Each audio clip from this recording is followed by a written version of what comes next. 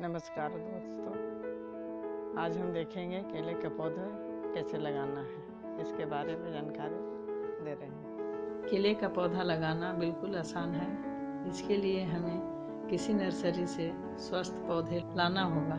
इसके बाद हम मिट्टी ले आएंगे और उसी के बराबर मात्रा में गोबर ले आएंगे। दोनों को अच्छे से मिला लें। जब दोनों अच्छे से मिल जाएगा तो आपके पास एक मिश्रण तैयार हो जाएगा।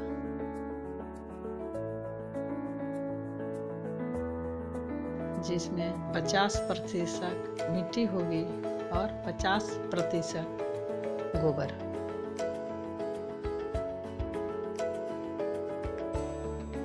अब इस मिश्रण को एक कंटेनर में डाल दें। मैंने थर्मोकोल का कंटेनर यूज किया है। उस कंटेनर की कैपेसिटी 50 से 75 केजी की होगी। जब आप मिट्टी डाल देंगे, उसमें पौधा लगा देंगे, तो आपको 6 से 8 महीने में फल मिल जाएगा।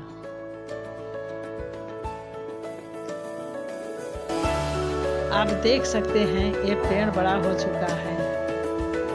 8 से 9 महीने में इसमें फल आने लगेगा।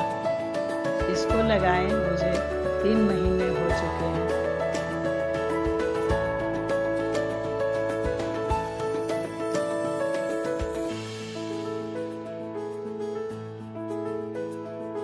ये रेशा स्वस्थ पत्ते की निशानी होती है।